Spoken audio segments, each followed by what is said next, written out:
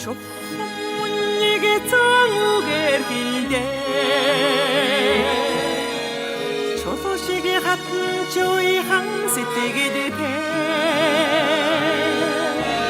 친구 하링이 기치하여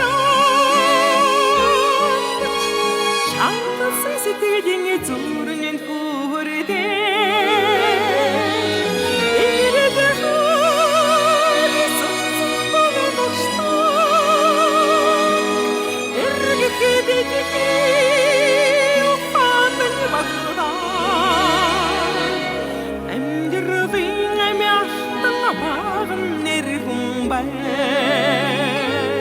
아주 저러가ling ay di bishi tushik eri humba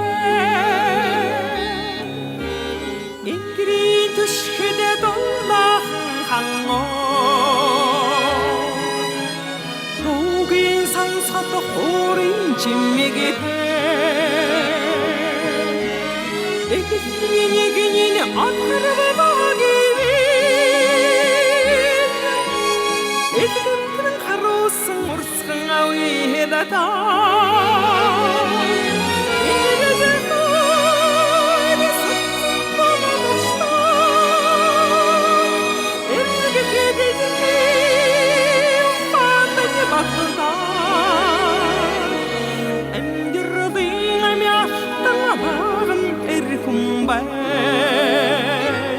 아주 저러가ling ay di bishi tushik eri humba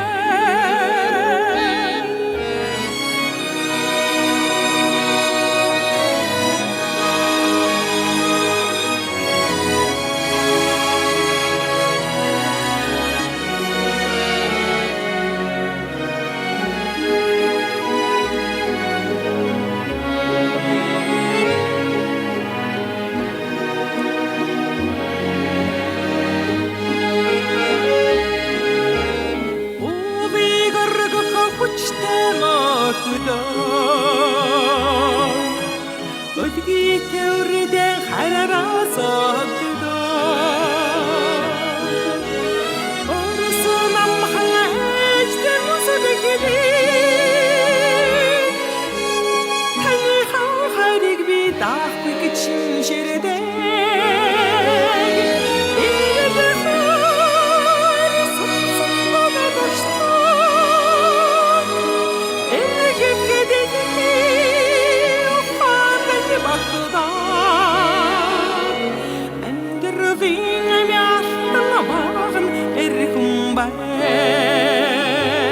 아주 저러가ling ay di bishi tushik eri humba 인일에다가 손짓보다 독시도 에게 기대되기 오빠한테 막두다 안들어빙하며 땅아먹은 eri humba 아주 저러가ling ay di bishi tushik eri humba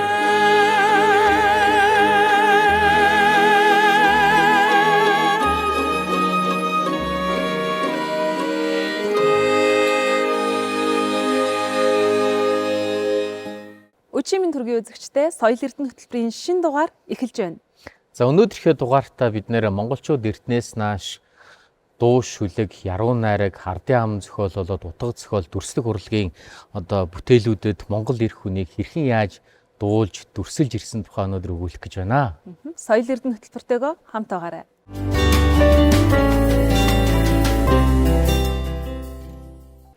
Үзэгчдээ монголчууд бид аман зохиолын бахархам үр сантай ард түмэн тэр ч утгаараа бид ардын аман зохиол болоод орчин цагийн уран зохиолд монгол эрх хүний бахархам мөн чанарыг хэрхэн яаж дүрсэлсэн байдаг тухай ярилцгаар хөтөлбөрийн эхний зочид ирсэн байна. За энэ оройн төргий. Монгол эрх хүнийг эрчүүдийг магтан дуулах, товоолон гарах энэ гол дүр болон тогтоох нь ер нь хэдий үеийн ямар зохиол дээр илүү тусгагдсан байдгийн бэ? Тэрс туйлаас л харж болно. Туйлын гол баатар бол монгол эрх хүний шилдэг чанарыг магтуу гэж ойлгож болно л да.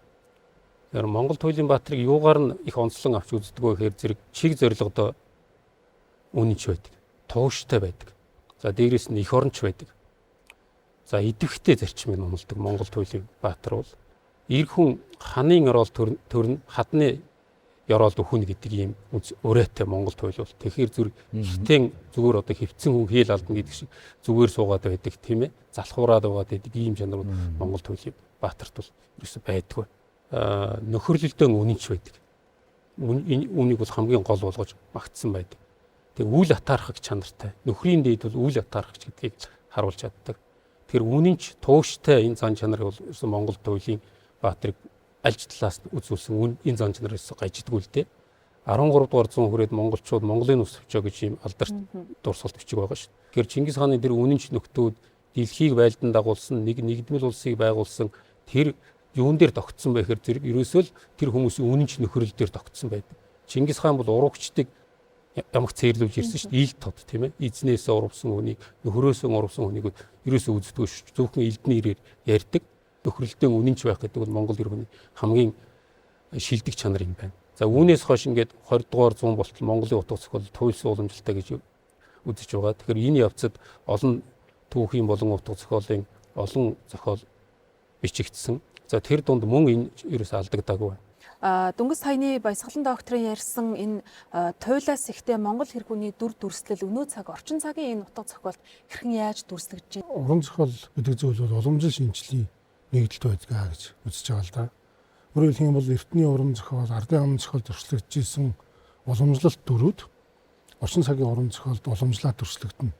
Орчин цагийн уран зохиол болохоор төрслүүд илүү тодорхой болж ирж байгаа. Өөрөөр хэлбэл хүн төрөлхтөн хөгжлөн ингээ яваад үндсэндээ одоо оюун санааны хувьд утга зохиолын үзэл гоо зүйн хандлагын хувьд 90 цент төрөөд ирэхээр энэ нийгмийн өнөөдрийн амьдрал, хүмүүсийн байгаль байдал энүүнд илүү дүн шинжилгээ хийх түүний ирээдүйг бас зарим талаар тодорхойлох тийм хандлага руу бол утга зохиол орсон. Тэгэхээр яг нэг тодорхой дүрийг авч төрсөн. Тэр дүр нь бол сайн бас муу шинжтэй. Өөрөөр хэлбэл аман зохиолын үед туйлын сайн дүр бол сайнаараа л байна. Муу дүр бол муугаараа л байна. 15 толгойтой атгаалж ахаар мангас бол хизээд сайн дүр болохгүй ингээл дуустдаг шүү дээ.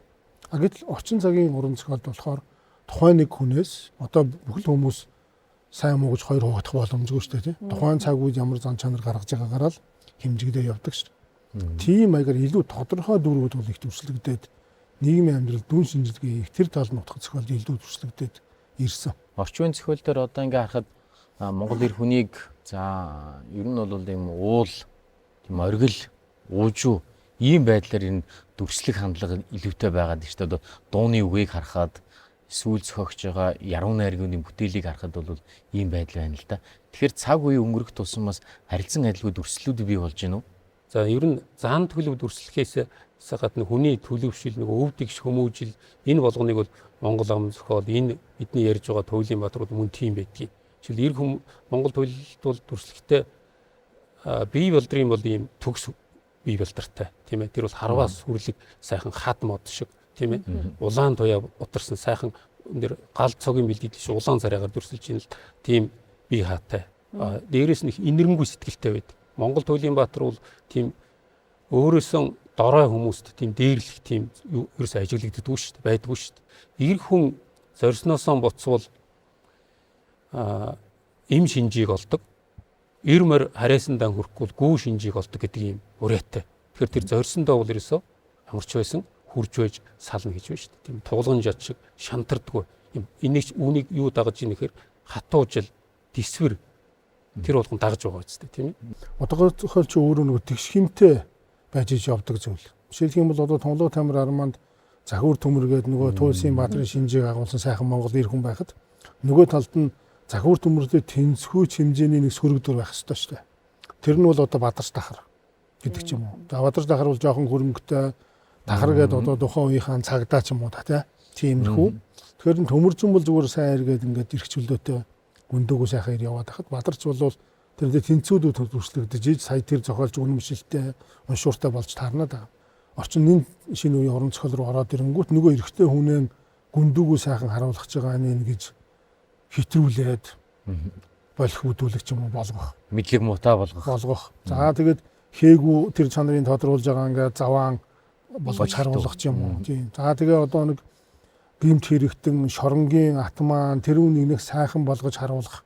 Тэрийг нь одоо сайн мэдхгүй хүмүүс бол уншиж үзэнгүүтээ нөгөөх нь бахархан дуураамаар юм шиг эр зоригтой юм шиг харагдах. зоригтой юм шиг тэр нь их гоё дүрслэгдээд байгаа юм шиг харагдах ч юм уу те. Тийм маягийн дүрслийн хэтрүүлэг уран зохиолын, уран бүтээлчийн чанар чансаатай холбоотой тийм дөрүүд бол зөндөл болсон. Тэр хэв хэмжээ гэдэг зүйлээсээ хэтрээд ирэхээр тийм тал руу орж байгаа тал бол зөндөө байгаа л да. Орчин үеийн зохиол бүтээл дээр, кино бүтээл дээр энэ нийлүүд яаж тусагдаасаа гэж таах юм бэ? Жишээлбэл ингээд Монгол туйлын баатруудыг юм уу эсвэл кинон дээр их орончдын дүр эртний гарах одоо түүхэн кинонуудыг гарахад бол нэрэл тийм сахал үсэндээ баригдсан эзэг нь ар зайс гиссэн хөмсгөн асар их зангидсан ер нь хинч харахсан тэр хүн зөв хүмүүжлтэй хүн гэхээс илүү яахаас буцахгүй юу ч хийж мэдэх аимшигтай дүрээр төрсөлдөг болцсон шүү дээ. Энэ бол буруу. Бид нар бол юмаа бүрэн гүйцэд таньж чадаагүй илэрэл гэж би үздэг. Жишээлбэл тэр орчлонгийн сайхан Миньян гэж дүр гарч байна л да. Тэгээд тэр Миньян бол ерөөсөө эмгэн хүн харахаараа утгуураараа газар савж уйлаад энэ миний 15 стад өчр харагдах юм чи яалаа да гэж тэр гачин сайхан дүр байгаа үстэй тийм ээ энэ мэтэр. За жишээлбэл жангарыг их идчил гэж байгаа шүү дээ. Хараацайн живэр сахлаа гэхээр ийм цэвэрхэн гоё ийм живэр сахал дүрслэгдээд байгаа шүү дээ. Тийм ардаа сексис юм биш. Тэр Монгол эр хүний гоо сайхан гэдгийг бол тэр Монгол туйлд бол ер нь тэгж дүрсэлсэн байдаг шүү. Түүнээс биш тэгж бидний энэ ойлгож байгаа шиг их муухай олон сар жил усанд ороогүй тийм ээ. Тийм ардаа сексиссэн байдлаар дүрсэлдэггүй шүү. Тэгэхээр хамгийн гол нь үүнийг одоо яаж энэ ард түмэн хүүхд багчуудаа уламжлал өгөхөд ерөөсөө тэр дунд сургууль сургагчээр л дамжуулах хэрэгтэй. Энд хасагдаад байгаа юм сүүлийн жилүүд. Тэгэхээр Монгол эр хүний чанар алдагдаад хитэн ялцгай болж байна. Их шалчгануур болж байна. Олон үгтэй болж байна. Их гомломтой болж байна. Тийм ээ. Энд чинь яг л нэг хуучин хүмүүжлийнхаа яг эсрэг зүйл нь маш ихээр сүүлийн үед дэлгэрээд байна шүү дээ, тийм ээ. Өнөөдрийн та хоёрын ирсэн ярианаас олон зүйлийг бас залуучууд мань ирчүүдээс бас бүтээл хийж байгаа хүмүүс нь анзаарч харсан болов уу гэж бодож байна. Уран бүтээлийнхээ амжилт хүсье. Үзэгчтэй яг одоо студиуд Монгол Ардын уртын дуу эр бор харцах хэмээх сайхан дууг их шиглүүлэхээр соёлын гав яцтгэлтэн Эрхэн баяр ирсэн байна. Хамтдаа дуу уран бүтээлээ хүлээн авч үзцгээе.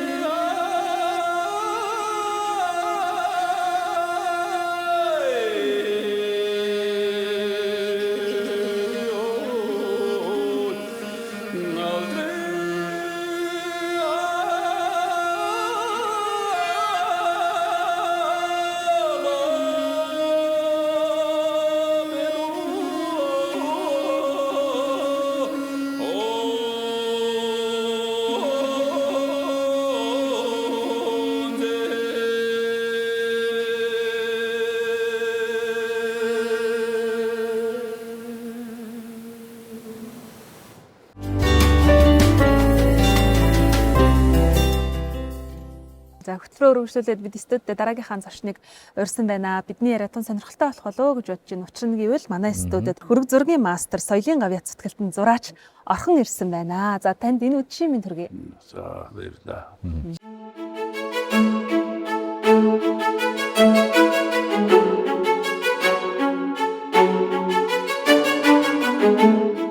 Зураач хүний хувьд та ер нь хөрөг зураг ялангуяа Монгол эр хүнийг зурахтаа та юуг илүү онцлон хардаг вэ?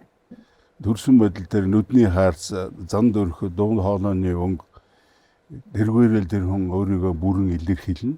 Тэгээд бол ер нь Монгол хүний ясны бүтцийн антам ер нь европчуудынх бол ингээл их том дөрвөлгөр арга одоо зүүн дааз ингээ бостомнуудынх нүд амар хүмсэг нүд болсон, сормос болсон хүмүүс байдаг штэ. Тэгээд Монгол хүн бол ер нь тэгээд нэг араатан амттай ир хүмүүс төстэй одоо черптэй одоо гавлаа ясна.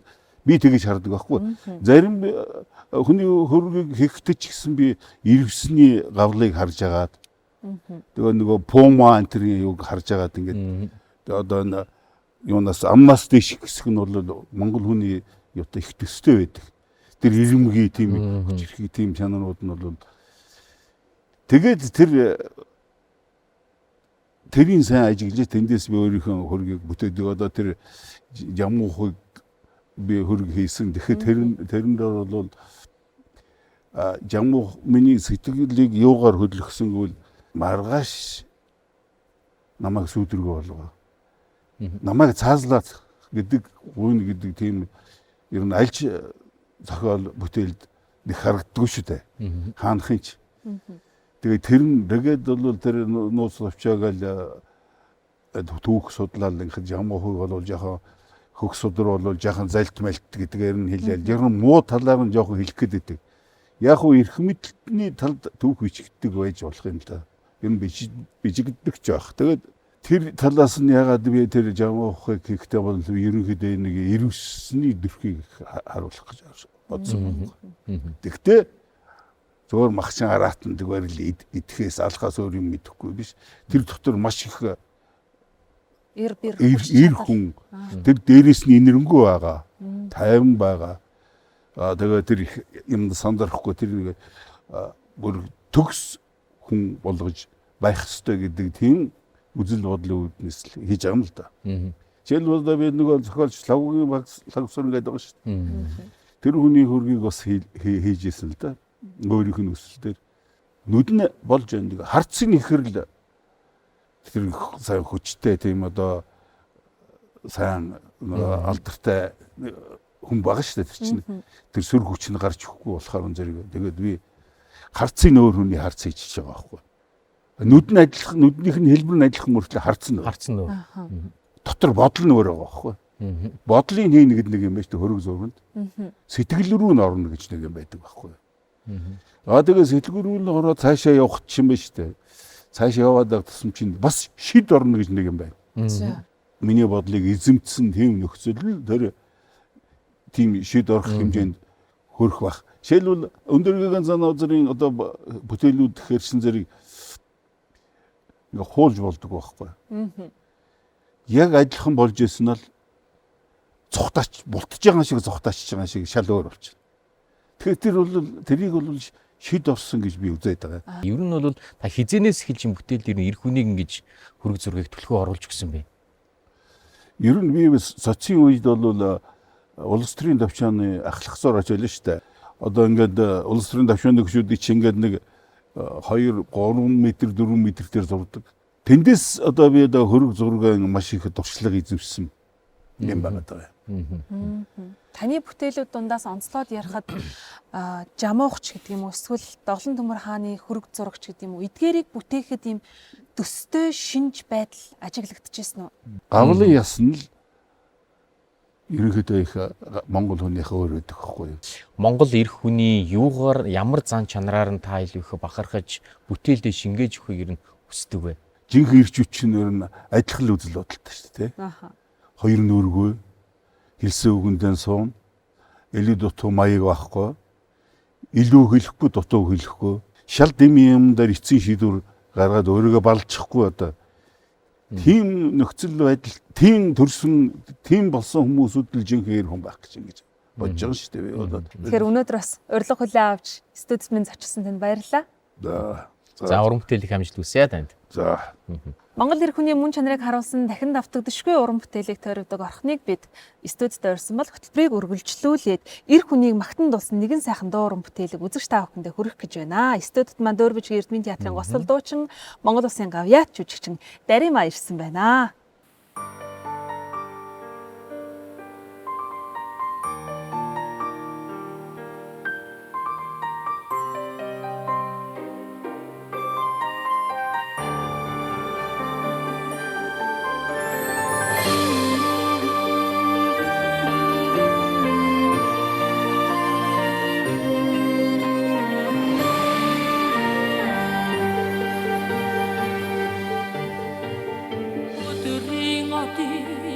Атгаж төрсөн та үлгийн бүсийг чангалж тарнсан та өвгдий маглай тэнэлгэж уссан та хүсин сайхныг дээдэлж бүтээсэн та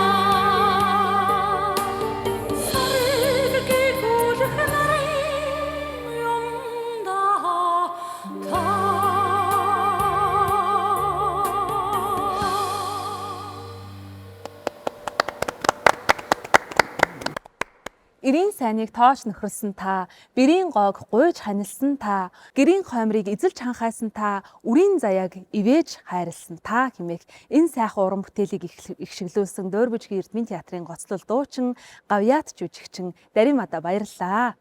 За ингээд хөтөлбөрийнхээ дараагийн хэсэгт бас нэгэн сайхан уран бүтээлчдийг бид студидтэй урьж ярилцгаж байна. Тэгэхээр Монгол эр хүнийг эр бор харцаг, юндэн гөгөө, ванили, жаахан шар гэдэг олон сайхан бүтээлүүдээс бол харж болно.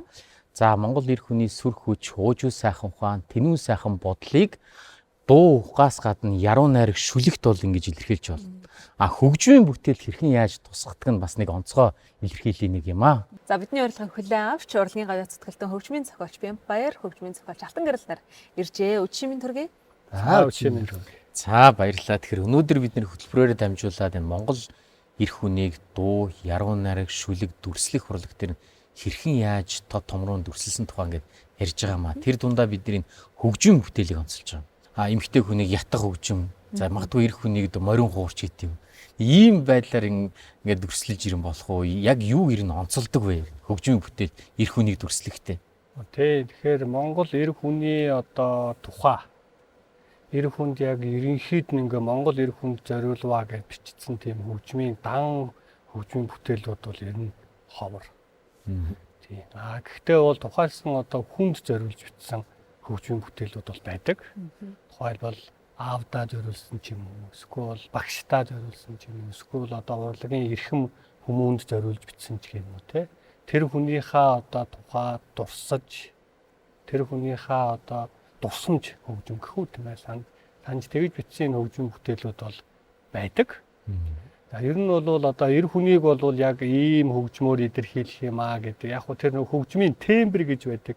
Дуу гişгийн тембр. За энэ дэр жишээлбэл хийл гээл хөгжим байлаа гэхэд хийлийг одоо эмхтэй хүн хатан хаан гэдэг тийм эмхтэй хүний уян зөөлн тэр дуу гişгийг бол гаргадаг гэдэг ч юм. Ингэж одоо бүх нийтээрээ одоо дэлхий гэж ярьцгаадаг. Тэрнтэй адилхан одоо эр хүн гэвэл одоо хаан хөгжим гээл төвлөрө хуурууд хамгийн сайхан баялаг жишээлбэл Монгол үндэсний хөгжмийн зэмсгүүд мэдээж морин хуур, их хуур жишээлбэл бас тембр дугуйлтай хувьд тийм ээ. Одоо виолончелч гэдэг юм уу сонгодог хөгжмийн зэмсгүүдээс гих зэрэгээр үлээвэр хөгжмийн зэмсгээс одоо кларнетч байдаг юм уу тийм ээ. За зарим талаараа фагот ч юм уу. За тууб тарамбон гэдэг ийм суур ингэж хөгжмийн дуу гişгийг гаргаж идэг. Энэ хөгжмийн зэмсгүүдээр төлөөлж бас хөгжмийн зохиолч тэр дуугуурал тембрээр нь бас ая гişгээрээ дамжуулж тэр зан характерыг гаргах гэсэн илэрхийлэх гэсэн ийм бол хөгжмийн зэмсгүүд бол байдаг. Тэгэхээр эрт үеэс өнөө хүртэл монголчууд дуу уран бүтээлдээ эр хүнийг хэрхэн яаж дүрслэж ирв? Ер нь эр хүнийг, аав хүнийг ер нь уран бүтээл дүрслэн дүүрэн байсан л да. Монгол ардын дунд, ардын богино дунд бол маш их бий. Хошин шог холбырийн хүртэлч бүр найралдан хүртэл байдаг. Гунгаага бол би одоо сайн санаж байна. Тэгээ гооч нанаа гэх сайхан эр хүний тухай дуу байна.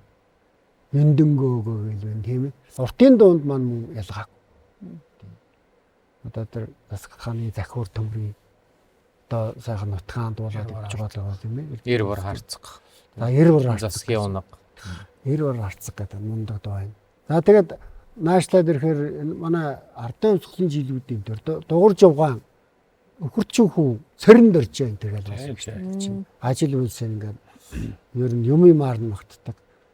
Эр хүний чинь уул устаага уул том уултаага алтан гадаага зүрн дээрээс нь эдлэлж хэрглэж байгаа гоё тийм эдл хэрглэлийн сайхан морин ингэж магтдаг одоо морин хуурын одоо бүтэн гიშгэл гэсэн. Сүүлийн үед бол мэдээж аавыгаа их орон тоогоон зөвлөх гэрийнхэн хоймортой хоёлдвол сүүлийн уран бүтээл бол бас ингээ хадгалагдсаар л ирсэн. Эр хүнийг бол ямар ч хэвэн том налгар суур миний одоо наран аав маа тийм ээ. Бүхэл одоо орчин үеийн хиллэг жоохон тийм энгийн байж магадгүй. Би хилээ хүүхэд байхасаа дуулж өссөн одоо тэр сүүмийн халс тэртэй сүргээ хариулж яваадаа гэх. Эсвэл мясрангой нөгөө бууралаа минь хүлээгээд тийм ээ. Нарлаг өндөр алтай бол намрын харуу ороод гэл.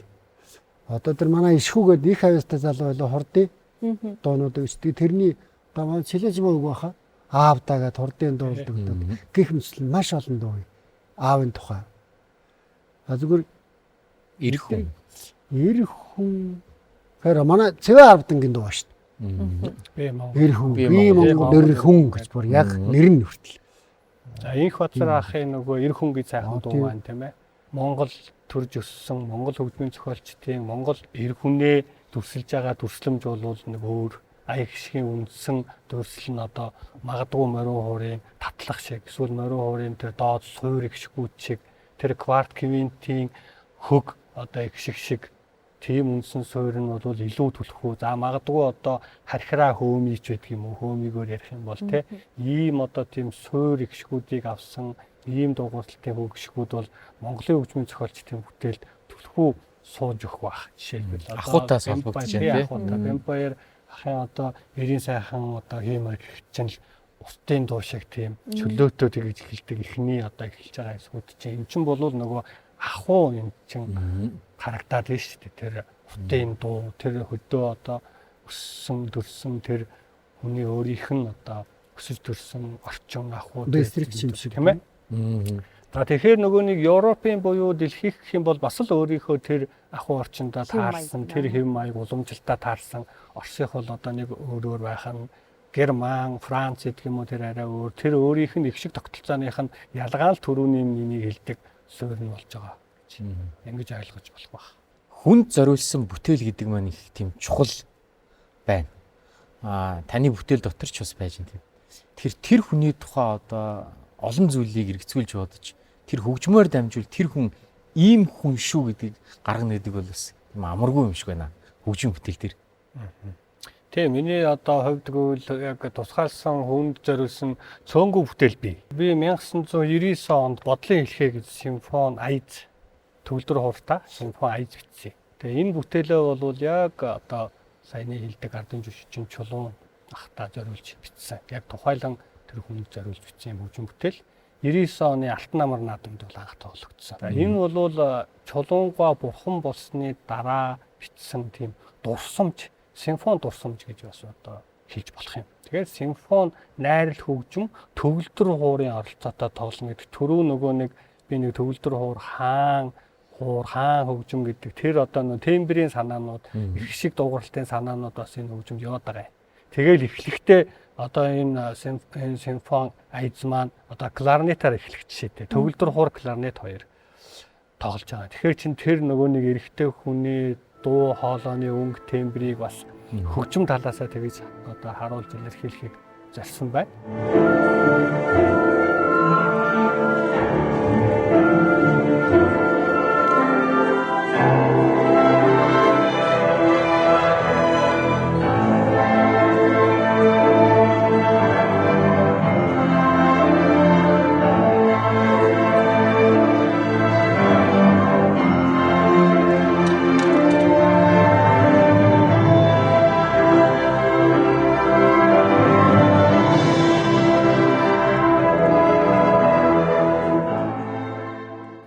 Бүтээлд бол мэдээжээр бол одоо яг одоо чулуунгаан тэр сайхан дөлгөө хөдөл мөрч одоо манай одоо Монгол эр хүний их сайхан цан чанар бол төвчээртэй хүлээцтэй юмд нухацтай нэг тийм нэг төвшиг тулгуур болдог нэг сайхан тийм аав бол ингээл гэрийнхээ хоймор сууж хахад л сайхан байдаг ш тэ гэрийн одоо хоймор гэр дүүргээл гэж ярьдаг тэр одоо тал руугаа гэх юм уу яг тэр хөгжмийнхөө материал талаасаа бол тэгж эргэж дурсаж санаж бичсэн ийм дурсан бүтээл юм. Харанхуй хад чинь болохоор нацаг дорж. Харанхуй хад болохоор нацаг дорж.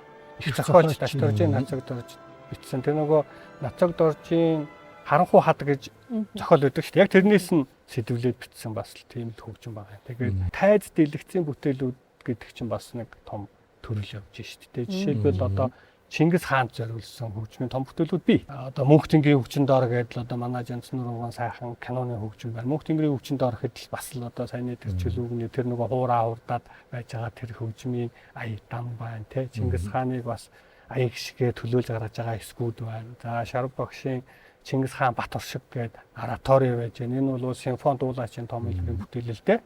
Төрийн шагналд мөнх болдны галдан башхтын тухайд бас өдөртгөл хөгжим байжээ. Тийм ээ. Төрөө хэлсэн хангалын тэр Хатанбаатар магсарч буй өдөртгдөг канон дээр эхэлдэг шүү дээ. Тийм шүү дээ. Ай.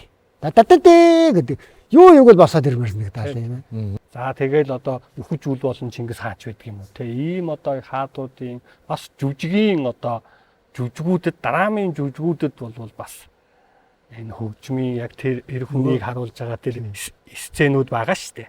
Гэх мэтлэнгээр энэ дэлгэцийн бүтээл, тайзны бүтээлүүд дээр бол бас энэ Монгол эр хүн тэр дотроо бол их хаан энэ сэдвүүд бол бас байна. Зориулж бичигдсэн. Чиний моно опер чинь ямар дүр? Миний нөгөө ганц цагаан шувуу Цагаан шувуу. баритон хоолой зориулсан. Тэ эр хүний дотн гадна хоёр ертөнцийг ингэж хооронд нь сөргөлдүүлж тавиад тэрнийг хөгжүүлсэн тийм дөөр бий. Тэгээд одоо баритон хоолой гэдэг бол бас л сайхан эр хүний тембер төрөүний нөгөө эр хүн зориулсан моно опер сайхан юу л да өнгөлдөө. Тэгэхээр яг тэр баритон хоолой зориулсан тийм бүтээл байдаг. Алтан гэрэл хөгжмийн зохиолчийн бүтээлээр хөтөлбөрөөр өргөжлүүлье гэж хүсэж байна. Тэгэхээр Шаравгаа зориулсан сайхан бүтээл шүү дээ. Энэний тухайд та юу тодтогч хэлэх вэ? Тэгэхээр 1998 онд бичсэн миний бас анхны бүтээлүүдийн нэг Мориу хуурын 1-р дөрвөл. Энэ дөрвөлд бол би яг мэдээжээр энэ бол яг л Мориу хуур зориулсан одоо Мориу хуурын дөрвөл зориулсан бүтээл. Гол нь бол багш дээрээ бас сурж байсан учраас яг одоо багшийнхаа удирдлагын дор бичсэн л анхны хөгжмүүдийн нэг л дээ. Тэр утгаараа бол дараа нь би энэ бүтээлээ бол шар багштай зөвлөсөн юм дүү. За тэгвэл бүтээлийг сонсцгоо тий.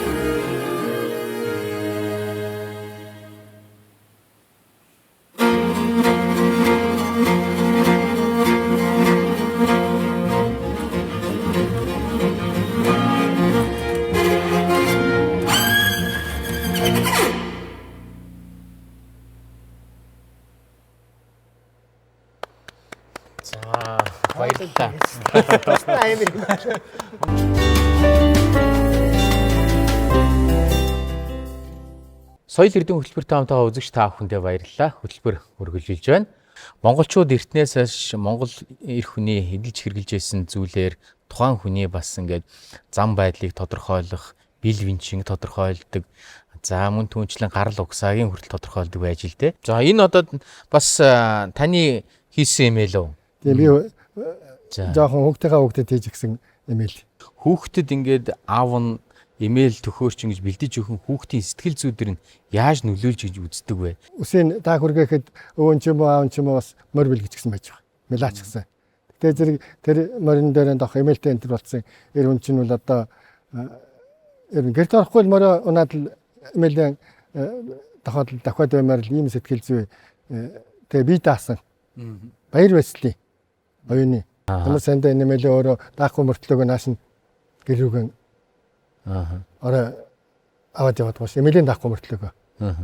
Тэгэхээр Монгол хүүхдийн Монгол эрх хүнийг энэ ахуйтай нийлүүлэх тийм холбож ус өгч юм доо тий.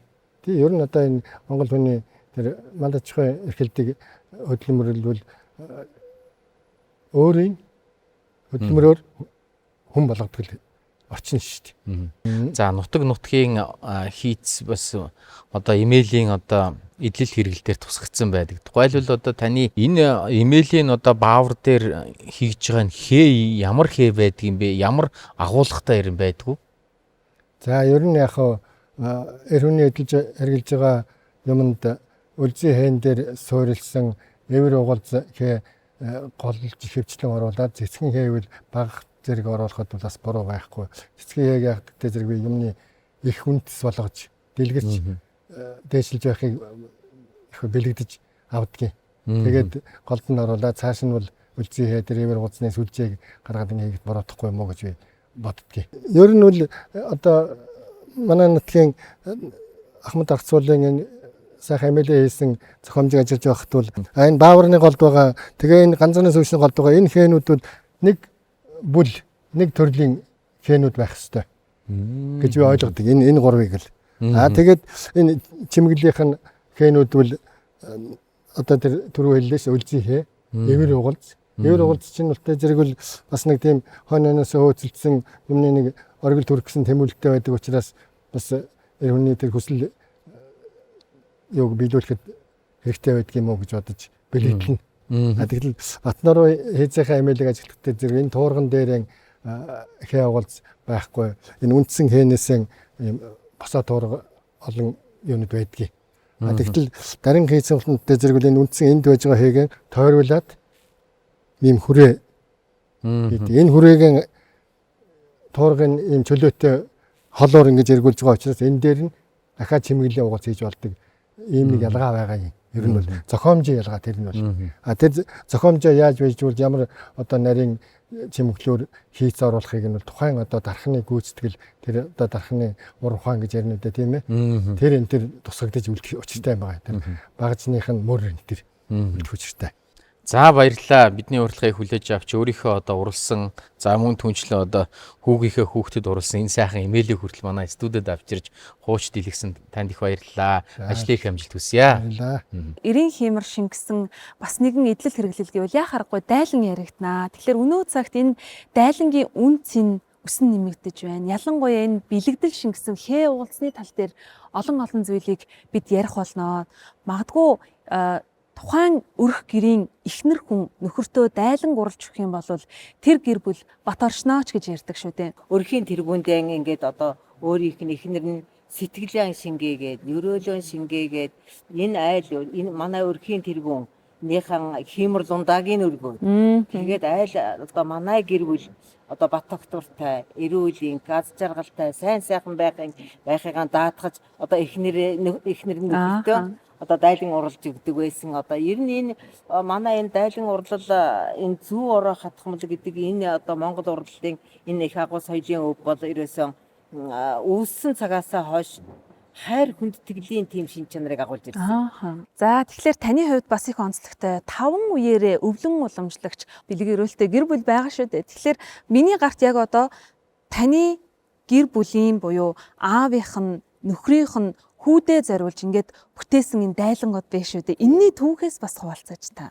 Тэгэхээр зэрэг одоо энэ дайлан бол миний ээжээ аавд маань хийж өгчээсэн одоо нэг 50 гаруй жилийн өмнө одоо хийжсэн одоо ийм дайлан. Гэхдээ бүгдээрээ одоо үеийнх шиг ингэж одоо хий уулзтай байгаагүй. Тухайн үеийнхэн л одоо нөгөө хамгийн сайхан одоо юу гэдгийг үнэтэй цайтай идээрээ л одоо бие биендээ одоо гэр бүлийнхэндээ нөхөртөө болон үр хүүхдүүдтэй ингээд одоо энэ дайлан хавтаг аягны уут юу гэдгийг одоо тэр бүх юмнуудыг хийж өгчээсэн ийм одоо хүүхд. Тэгэхээр ээжийн маань одоо аавд маань урлж өгчээсэн энэ дайлан бас одоо энэ түүхийн сурвалж. Энэ нь одоо эр хүний одоо тэр энэ одоо нөгөө хиймэр лундагийн үлгөөд. Тэгээ дээрэс нь одоо нөгөө нэг хүнтэй мэндэлж яадаг, өвтэй найртай байдаг тэр мэдлэлийнх нөгөө хөөрг гэдэг одоо гол хэрэгсэлтэн зориулж хийж өгдөөсөн ийм одоо дайлан ингээд одоо хадгалаастай байдаг. За энэ бол миний өөрийн одоо 36 жилийн өмнө нөхөртөө ойж өгжсэн дайлан байна. Тийм тэгээд одоо ухаандан ер нь анх л одоо би энэ зүү ороод урлагтаа анхны дайлангийг би ахтаа хийж өгжсэн. Өөрийнхөө дээдлээ хахад миний ах яагаад хийж өгсөн гэхээр миний ах өөрөө их тийм нарийн чамийн юм хэрэглэх дуртай. Тэгээд ухаандаа тэр гоё юм харагдвал миний дүү ахтаа энийг хийгээд өгөөрэй гэж идэг. Ухаандаа дээр цэрэгт явж ирчээл намайг миний дүү ахтаа үлзийтэй нудрахтай дээл хийж өгөөрэй гихчшээ тийм. Тэгээд ахыгаа тийм гоё юм дуртай болохоор би анхныхаа дайлыг ахтаа ойж өгдөөсөн. Хоёр дахь нөхөртөө ойж өгдөөсөн. Энэ тэгвэл бас таны хүүдээ зориулж урлаж байсан дайлан байна. Үүнд ер нь хичнээн төрлийн хээ угалз багтсан байна. За мөн төрөл утга агуулгаас нь та бас дурдаад яриач. Энэ хамгийн их чухал нандин юм нь бол энэ суур торго нь одоо миний аавын одоо өмсч эдэлжсэн дээлийн хуулга. Тэг бүр эртний одоо энэ бол нэг одоо 100 гаруй жилийн өмнө үйлдвэрлэгчээсэн бол одооны энэ одоо энэ луу хэн ингээд товгор бүр эртний ийм торго байгаа. Бат оршихын бэлэгдэл болсон алхам кэг. Алхам кэг ухаанд одоо ингээд энэ хоёр буландаар нь ойж өгөө. Улсынхан одоо мөнх орших, мөнх одоо хөгжиж явах, цэцгэлж явах тэр юм. Дээрээс нь миний хүүхдүүдийн гэр бүл бас одоо бат мөнх байж одоо ингээд өрөө удман тасрахгүй бат бөх байгаасаа гэсний бэлэгдэж энэ одоо богд хааны дайлангийн хээг оруулсан. За энэ эрхийдээ 100 зай хээ гэдэг энэ одоо ухаанд ол зомог олох. Тэрнийг тогтоож барьж явах одоо ийм эрхийтэй 100 зай гэж байх жишээтэй. За энэ хамар угалзууд бол ингээд одоо нөгөө мал хувийн өсөж ярвж явах хэвээр. Тэгээд хоорондоо хэлэгчгээрэн одоо эвтэй найрамдалтай бат бэх байхыг бэлэгдээд тэгээд төгс дүүрэн жаргалыг бэлэгдсэн босоо одоо 10 нүдтэй үлзий байх жишээтэй. Тэгээд ингээд урд талд нь болоод ирэхээр зэрэг жинхэнэ одоо нөгөө гэр бүлийн үлзий гэж ярьдаг 5 нүдтэй 4 нүдтэй үлзий гэдэг энэ ухаандаа аавтай ээжтэй охинтой хүүтэй ингээд одоо энэ гэр бүл одоо төгс дүүрэн жаргалтай байгаасаа гэдгийг бэлэгдэж ингээд тэгээд ингээд зоосон ширээнээс үлжимлэр гойсон. Одоо хүүгийнхээ амьдрал ямар сайн сайхныг хүсэж өрөөх байна уу тэр болгоныгаан одоо шингээж оруулсан энэ одоо нөгөө алтан утастай хэйг нь аргадан оёлоо гэдэг шиг сэтгэл ерөөл бэлэг ухаан бүгднгийн шингээж хүүдээ нөхөртөө сайхан дайлан уралжээ. Тэгэхээр бас олон янзын оёдол байна. Тэр дундаа 90 хиймэр шингэсэн энэ дайлан уралхад яагаад заавал зүү орох одоо энэ оёдлыг сонгож уралдаг юм бэ? Энэ дайланг яагаад заавал ингэ зүү орох оёдлоор оёод байдаг гэхээр энэ зүү орох оёдлын чинь нэг мөн чанар нь бол ерөөсөө маш бат бөх. Тийм одоо өөрөөр хэлбэл энэ чинь технологийн хувьд давхар шийдэлтэй. Одоо энэ торго одоо ямар ч сайн торгоор энэ дайланг хийгээд өгсөн байхад нэг үеийг дуусгахад бол торго нэлэгдээд урагдчихдаг. Энэ зүү ороосон оёдол тэр чигтээ үлддэг. Ерөөсөө энэ одоо эр хүний идэл хэрэглэл дотор чинь одоо нөгөө малгай гутлаас авахуулаад дээд малгай гутал бүснээс авахуулаад ингээд нарийн нандин зүйлүүд тэр болгондоор энэ хатгамлаараа бас одоо юм чимэглэдэг. Тэгээ энд бол цөөхөн төрлийн юм авчирсан байгаа. Одоо нэлээд дээхэн одоо бол баг хэрэглэгдэхгүй шахуу болчиход байгаа энэ ганц тамхины уу. Энэ бол одоо нэг 20 жилийн өмнөөс бол хүмүүс их хэрэглэдэг байсан шүү дээ. Ганц одоо тамхи одоо энэ юу гэж чинь одоо бас л нэг эрийн одоо чамин тансаг идэл хэрэглэл байсан. Тэгээд тэрнийг нь одоо ухаандан ерөөсөө хүний тэр их нарийн нандин идэллүүдийг л бүгдийг нь л гоё чимдэг байсан гэдэг. Аягны уутууд бол маш их хэрэгцээтэй. Өөрөөр хэлбэл одоо энэ чинь хүнтэй аягаа соддоггүй. Аягаа ерөөсөө одоо айлд орлооч одоо энийг аян жингээ аваач ингээд аягаа өөрийнхөө аягандаа уудаг. Тэр чинь бол янз бүрийн одоо ялангуяа одоо энэ халдварт өвчин дэгдсэн мэгдсэн энэ үед бол энийг бараг буцаад сэргээмээр одоо ийм зан үйл байгаад байгаа байхгүй. За ингээд манай нэвтрүүлэгт оролцсонд баярлалаа. Ялангуяа энэ эр хүнийг бид өнөөдөр олон янзаар дүрсэлж байна л да. Дүрсэлж харуулсан шүлэг яруу найраг, дуу уран бүтээл, за мөн зохиол тойрвол гэдэг олон зүйлийг онцоллоо. Тэр дундаас өнөөдөр бид Монгол эр хүний хиймрэг агуулдаг эдгээр идэл хэрэглэлийн тухай бид бас ярилцлаа. Танд баярлалаа. Чимж өгдөг, хиймрийн өргөдөг, гэр бүлийн бат доктортай болгож өгдөг маш их олон сайхан юмыг агуулдаг ийм урлал та. Тэгээд бас нэвтрүүлэгтээ орж оролцсонд баярлалаа.